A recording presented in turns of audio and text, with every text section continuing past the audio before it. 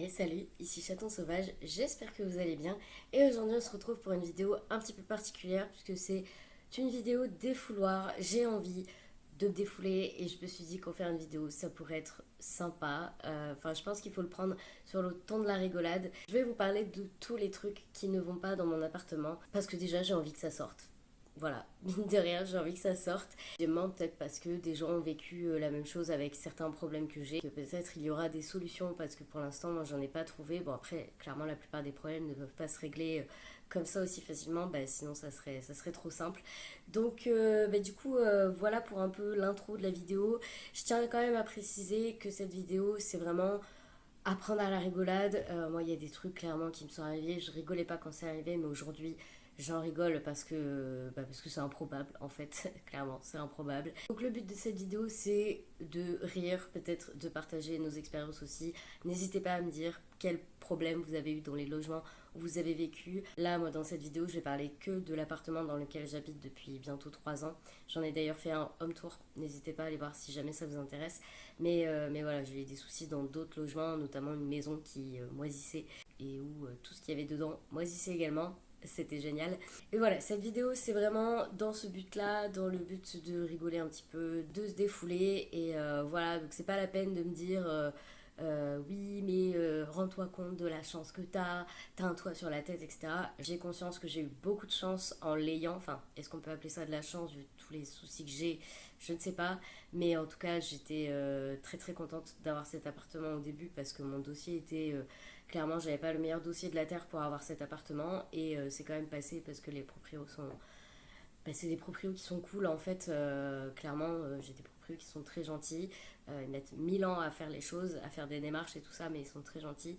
Donc mon dossier est passé. Pareil, pas besoin de me dire, t'as qu'à déménager parce qu'en fait, ça fait 2 ans que je cherche un nouveau logement. Et dans le coin où je suis, c'est déjà très très rare de trouver des logements disponibles et souvent la surface n'est pas du tout celle que je souhaite. Ça va être par exemple du 100-110 mètres carrés.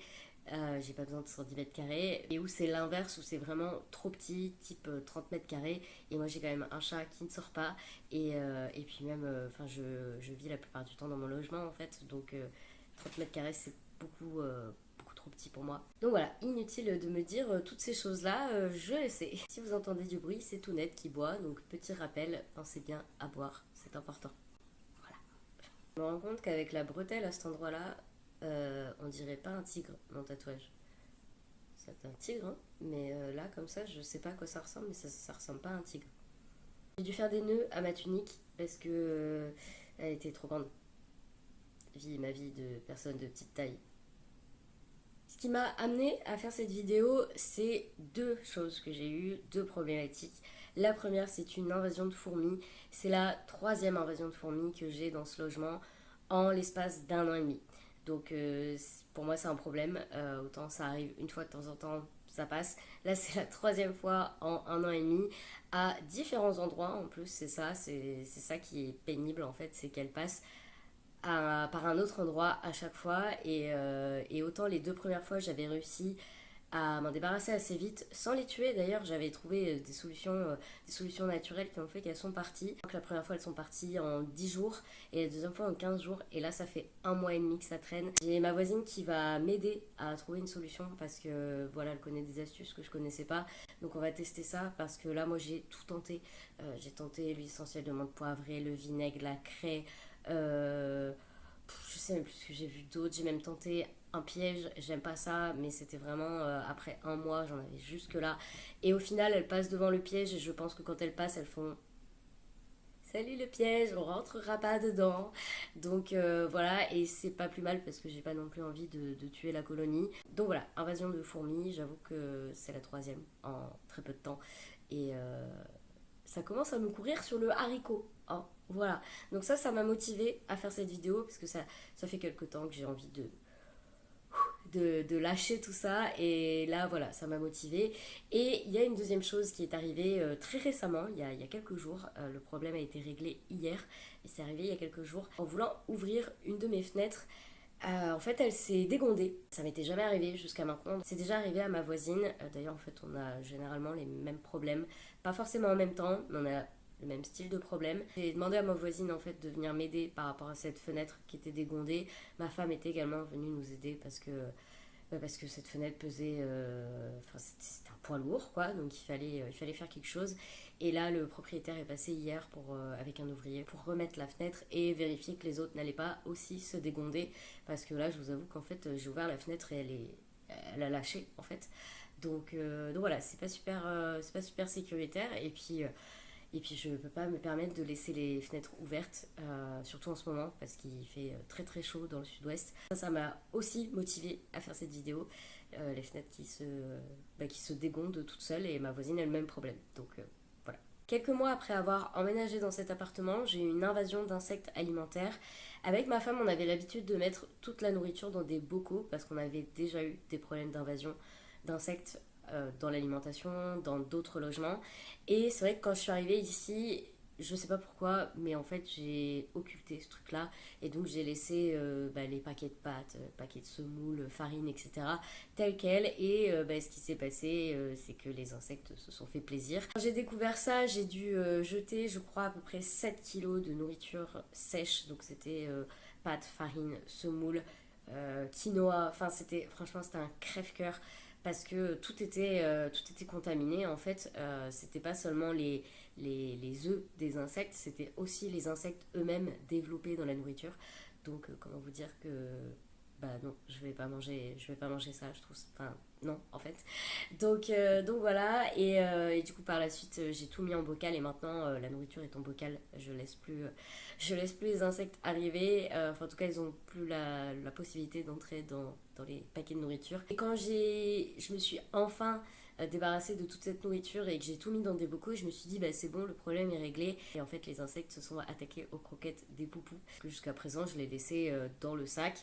Je remplissais des gros bocaux pour pouvoir servir quotidiennement les poupous, et les sacs étaient stockés tels quels, fermés, mais voilà, pas hermétiquement, j'entends. Et en fait quand j'ai vu que les insectes étaient également rentrés dans les croquettes des poupous, j'ai investi du coup dans des boîtes hermétiques, vraiment hermétiques pour le coup, parce qu'il y a un joint tout autour. Enfin, voilà. Et du coup, insectes alimentaires, je me ferai plus avoir. Là, clairement, ça m'a servi de leçon de jeter à peu près 7 kilos de nourriture. Je vous avoue que c'est. En dehors de l'aspect financier, c'est un gâchis alimentaire incroyable. Moi, je suis vraiment pas pour le gaspillage. Je ne jette jamais. Si j'ai pas fini mon assiette, je mets dans un bocal au frigo et je le mange plus tard, parce que je ne jette pas. En fait, je déteste jeter. Donc là, je vous avoue que jeter 7 kilos de nourriture, ça m'a ça m'a suffi. Ça m'a servi de leçon, surtout.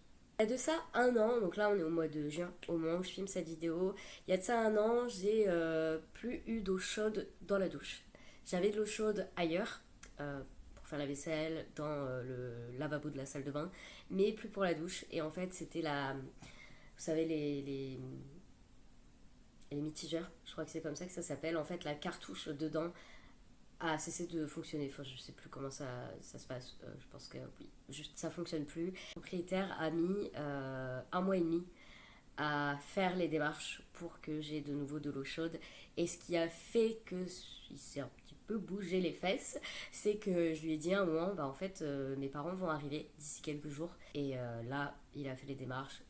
Je crois même que le jour même, il y avait un plombier qui venait. Enfin, je suis restée un mois et demi sans eau chaude. Alors, je vous avoue que ici, au mois de mai, juin, c'est pas trop gênant parce qu'il fait quand même assez chaud. Là, vraiment, en ce moment, il fait très très chaud.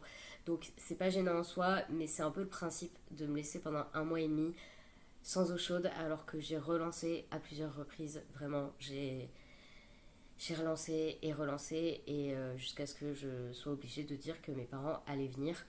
Mes parents et ma soeur, d'ailleurs, allaient venir pour avoir de l'eau chaude. Voilà, il a fallu ce petit coup de pression pour que ça change. Et ça, c'est quelque chose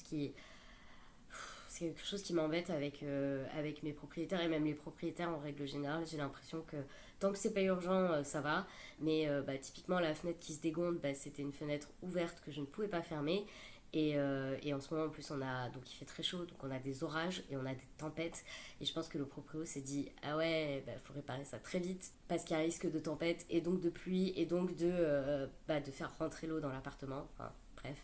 Donc ça s'est réglé assez vite. Mais pour le coup de l'eau chaude, un mois et demi sans eau chaude. Ouais, ouais, parce qu'on n'est pas tout à fait en été encore. Heureusement que c'est pas arrivé en hiver, mais je pense que si ça avait été en hiver, j'aurais littéralement pété un câble et ils auraient pas eu le choix que de venir en fait. Donc plus d'eau chaude au mois de juin, mais aussi plus de chauffage au mois de janvier. La pompe à chaleur a décidé de cesser de fonctionner et en fait le temps que la société soit disponible et que le propriétaire fasse cette démarche, parce que ça c'est pareil, j'ai dû aussi moi-même appeler la société pour que ça accélère en fait, parce qu'en plus de ça mon propriétaire voulait faire des entretiens des VMC et de la pompe à chaleur, enfin des pompes à chaleur, puisqu'il y a celle de ma voisine aussi. Il voulait faire tout ça en fait en même temps que la réparation de ma pompe, sauf que la société lui a expliqué que en fait en plein mois de janvier c'est le rush, ils n'avaient pas de disponibilité et moi j'ai dû de mon côté insister en disant que je n'avais pas de chauffage. Donc j'ai pas eu de chauffage pendant 11 jours au mois de janvier. Dans mon appartement, j'ai eu 9 degrés à une période parce qu'en fait c'est un appartement qui est très mal isolé. J'en avais parlé dans le home tour, il me semble. Et là vraiment je l'ai ressenti en hiver. Je savais déjà que dès qu'il n'y avait plus de chauffage, il faisait froid. Mais là pendant 11 jours, on est vraiment passé de il fait 12, 11 degrés, on passe à 10 et après on est passé à 9 degrés jusqu'à ce que l'entreprise puisse venir réparer la pompe. Ça a été c'est très, très compliqué, notamment pour les poupous, parce que eux ne comprennent pas pourquoi est-ce qu'on passe de on a du chauffage à on n'en a pas. Et vraiment, ça a été dur avec les poupous, notamment Tounette qui a un poil ras, qui n'a pas beaucoup de poils au niveau du bidou et tout. Forcément, elle était congelée, la pauvre. Donc c'était couette sur couette. Le chat, il était toujours sous des plaids et tout. Moi, j'avais une bouillotte, je la quittais jamais. Enfin, voilà, vraiment. Et même la bouillotte se refroidissait très très vite parce que du coup, il faisait 9 degrés dans l'appart. Donc ça, je vous avoue que ça a été vraiment la goutte sur la goutte de la goutte. Tu vois, c'est vraiment le truc, ça m'a bien saoulé. Du coup, on a vécu ça pendant 11 jours. C'était fort sympa, hein, clairement. Ouais, je m'en souviendrai de celle-là. Donc là, tout à l'heure, je vous parlais de la mauvaise isolation, et ça, c'est vraiment un problème que j'ai dans mon appartement. C'est-à-dire qu'il est... Alors, il est récent, dans le sens où il a été rénové il y a...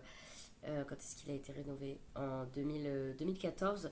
Donc ça fait un peu plus d'une dizaine d'années qu'il a été rénové, mais je ne sais pas comment il a été rénové, mais je pense que ça a été fait, je suis désolée du terme, mais avec les pieds, parce que en hiver j'ai très très froid s'il n'y a pas de chauffage, donc quand la pompe à chaleur ne fonctionne pas, il fait très très froid. En été, il fait très très chaud. Là, j'ai pris la température ce matin. J'ai 25 degrés dans l'appartement et je crois que dehors, il fait peut-être 33 degrés, quelque chose comme ça. Donc, il fait très chaud dans l'appartement. Toujours moins chaud que dehors, mais très chaud quand même. J'ai des courants d'air au niveau des fenêtres. J'entends les oiseaux dehors quand j'ai les fenêtres fermées, comme si j'avais les oiseaux qui étaient dans mon appartement, en fait, comme si j'avais des piou-piou dans mon appartement. Au niveau de la cuisine, j'ai toujours quelques degrés de différence avec le reste de l'appartement. C'est-à-dire qu'en hiver, dans la cuisine, il fait toujours, je dirais, 2-3 degrés de moins. Et en été, c'est 2-3 degrés de plus. Donc ça fait que la cuisine, oui, j'y cuisine, mais j'y passe pas mon temps, clairement, parce que c'est pas vivable une bonne partie de l'année. En tout cas, c'est pénible d'avoir des changements de température dans son logement. J'ai aussi au niveau de la plaque de cuisson et du four des espèces d'appels d'air. Donc en fait quand il fait chaud, il fait chaud. Et quand il fait froid, ça envoie de l'air froid. Et vraiment je me pèle le cul en hiver dans cette cuisine. Parce qu'en plus le chauffage est plus orienté vers le séjour que vers la cuisine. Et du coup ça caille dans la cuisine quoi. Vraiment en général j'y suis en mode moumoute pour aller cuisiner. Donc voilà, je fais partie de la team j'ouvre le four après l'avoir utilisé pour réchauffer la cuisine en hiver, mais bon, c'est pas ça qui apporte de la chaleur clairement. Donc ouais, mauvaise isolation, ça vient beaucoup des fenêtres qui ont, je sais pas comment ça a été posé en fait, mais il y a de l'air qui passe. Et en général, ce que je fais dès qu'il commence à faire un peu froid, c'est que je mets des tissus en fait tout autour des fenêtres, enfin là où je peux, pour essayer de calfeutrer un maximum. Les propriétaires habitent en dessous de chez moi. Nous on est tout en haut, en fait c'est une espèce de maison de maître. On est tout en haut dans les greniers qui ont été, donc quand je dis on, c'est ma voisine. En fait on a le même appartement en miroir un peu. Elle a juste un petit peu plus de surface que moi. Globalement, on a les mêmes appartements. Et en fait, on est dans les greniers. Donc, ils ont été aménagés pour ces appartements. Et donc, mes propriétaires vivent en dessous. Ils sont en travaux en dessous, en fait. Et le problème, c'est que on n'est pas prévenu quand il y a des travaux. Donc, les travaux commencent généralement à 8h du matin avec des bruits type ponceuse, perceuse, visseuse, etc. Dès 8h du matin, je vous avoue que ça fait pas super plaisir. Surtout quand on a passé une nuit de merde à cause de la toux, hein, puisque j'ai toujours ma toux chronique qui est là de jour comme de nuit. Donc quand tu viens de passer une nuit de merde, que tu te dis je vais peut-être pouvoir dormir un petit peu le matin parce que c'est sympa, et ben à 8h t'as des ponceuses et des perceuses, c'est génial, moi j'adore. Bonne ambiance, ça te fait te lever de bonne humeur, tu vois, c'est bien. Et on a aussi tout ce qui est un peu coupure de courant, des coups de marteau, etc. Mais des choses en fait qui... On n'est pas tenu au courant. Donc en fait on sait jamais quand est-ce que ça arrive. Là en ce moment c'est en pause. Je pense qu'il fait peut-être un peu trop chaud pour être dans le chantier. Mais c'est vraiment quelque chose qui me saoule. C'est pas en soi les travaux parce que... Parce que oui, les travaux, ça fait du bruit. Et puis de toute manière, ils sont en train de rénover, donc ils n'ont pas le choix. C'est juste le fait de ne pas prévenir, de pas dire bah tiens sur telle semaine du lundi au vendredi il y aura des travaux de telle heure à telle heure, parce qu'en plus il faut venir un ouvrier, donc il y a des horaires de travail et on n'est pas prévenu de ces horaires de travail là. Et franchement les coups de marteau et tout à 8h du matin quoi. Commence par du truc silencieux s'il te plaît. Et une fois je me souviens j'avais briqué mon appartement, j'avais fait la poussière, j'avais nettoyé à la serpillière, enfin vraiment j'avais fait comme le gros ménage du printemps, vraiment j'étais trop contente dans mon appart. Et le lendemain, dès le matin, je me réveille, un nuage de poussière partout. Et en fait, je pense qu'on a des conduits qui se relient entre chez mes propriétaires et les appartements. Et en fait, toute la poussière des travaux est allée chez moi. Et donc en fait j'ai eu un nuage de poussière pendant 3 jours parce qu'évidemment il n'y avait pas d'air dehors, donc ouvrir les fenêtres c'est bien mais ça changeait rien. Et tout ce que j'avais dépoussiéré était recouvert de poussière de travaux. Et la poussière de travaux clairement c'est la pire. Donc là j'étais ravie, c'est pas vrai, d'avoir de la poussière de travaux dans mon appart que je venais de nettoyer de fond en comble. C'est super aussi, j'ai bien aimé. Alors ensuite j'ai un truc, vous l'avez peut-être déjà entendu en vidéo, je pense, ça me dit quelque chose au niveau du montage, je pense que j'ai dû le préciser, mais j'ai une hotte aspirante dans ma cuisine et il y a, vous savez, il y a un clapet dans les hottes qui fait que dès qu'on allume la hotte, le clapet se lève et l'air passe. Et il se trouve qu'ici, je ne sais pas pour quelle raison. Le propriétaire m'a dit que c'était normal. Moi, je pense que c'est pas, c'est peut-être normal pour cet appartement parce que ça a été fait avec les pieds, mais c'est pas normal dans la vie de tous les jours. Si vous avez une hotte aspirante, je pense que ça vous fait pas ça chez vous. Mais en fait, dès qu'il y a beaucoup de vent, ben, le clapet, il se baisse, il se lève, il se baisse, il se lève. Et en fait, ça fait clac, clac, clac, clac. Et ça, c'est dès qu'il y a des grosses bourrasques, ce qui est assez courant dans le sud-ouest. On a le vent de l'océan en fait qui arrive. Et donc très souvent, j'ai des clac, clac, clac, clac. Et je me souviens qu'au tout début, quand c'est arrivé, j'ai vraiment pété un câble parce que c'était, on a eu une semaine de gros vent et c'était tous les jours et toutes les nuits. Il y avait ce bruit comme ça. J'avais demandé au proprio est-ce qu'il n'y avait pas moyen de démonter la hotte pour voir d'où venait ce bruit. Et il m'a dit que en fait c'était normal et que du coup en gros fallait faire avec.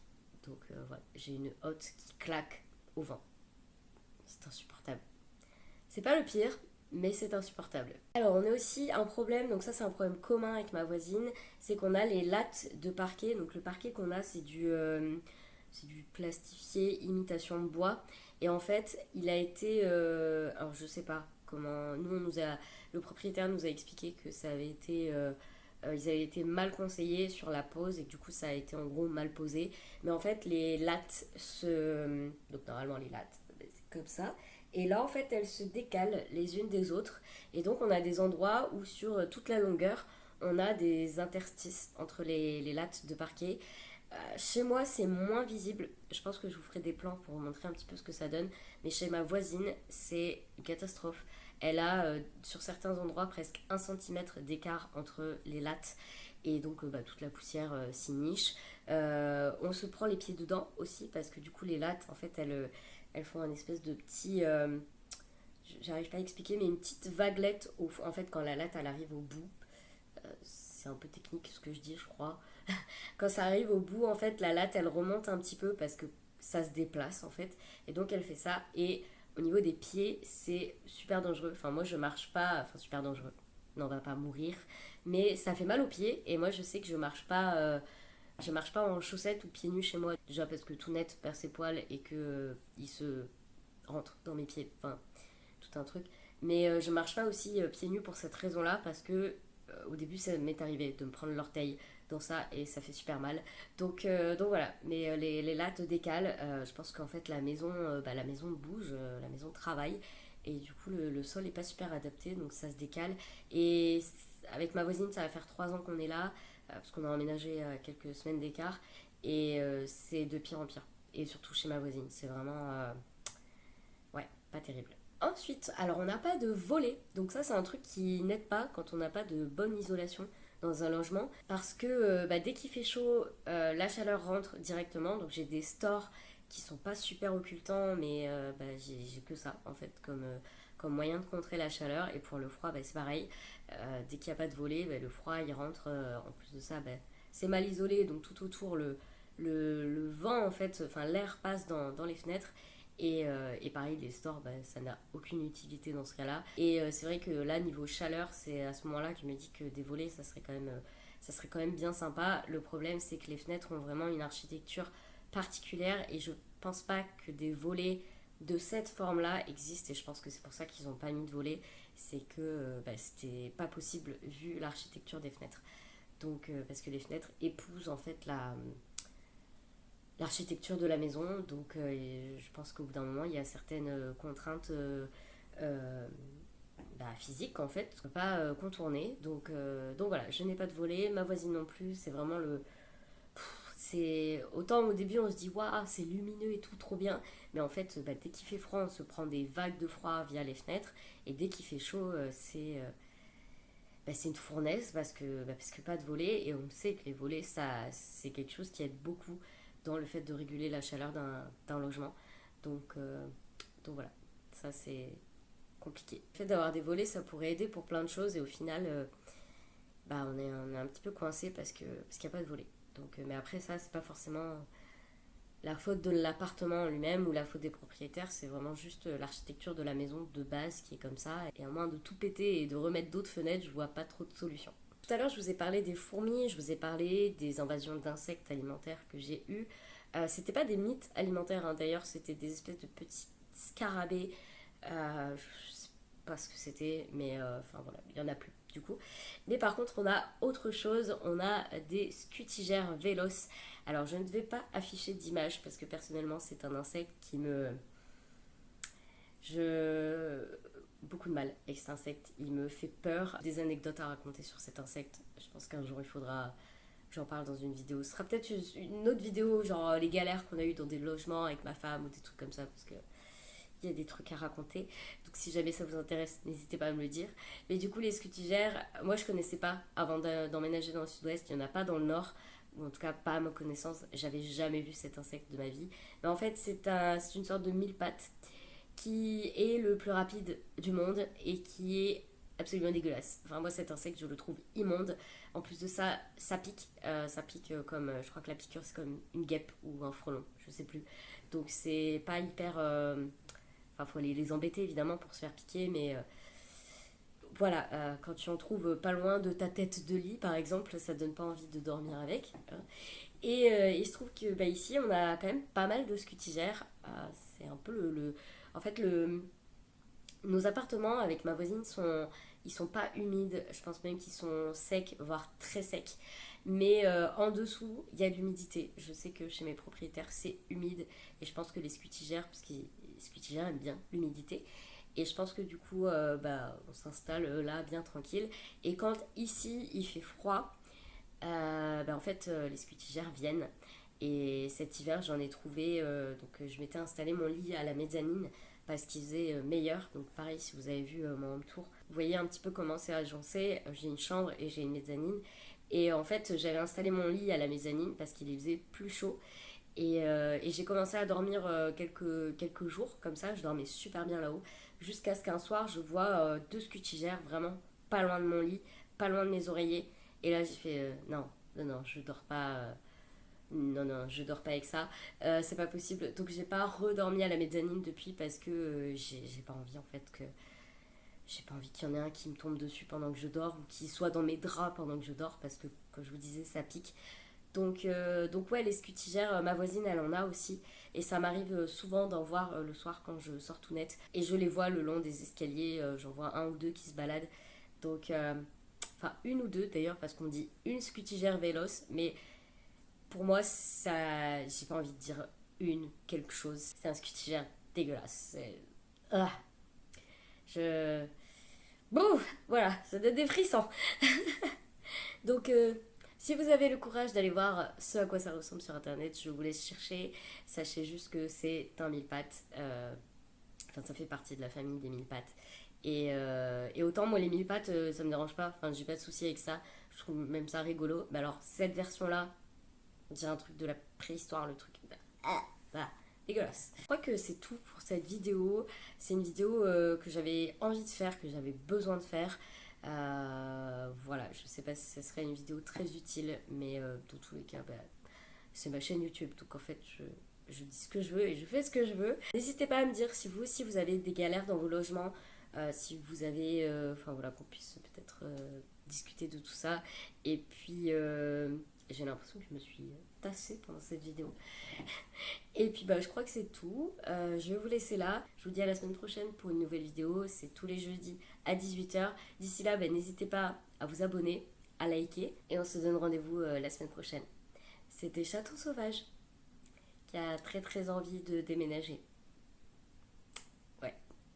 Et j'ai toussé qu'une fois dans cette vidéo. Je suis trop contente.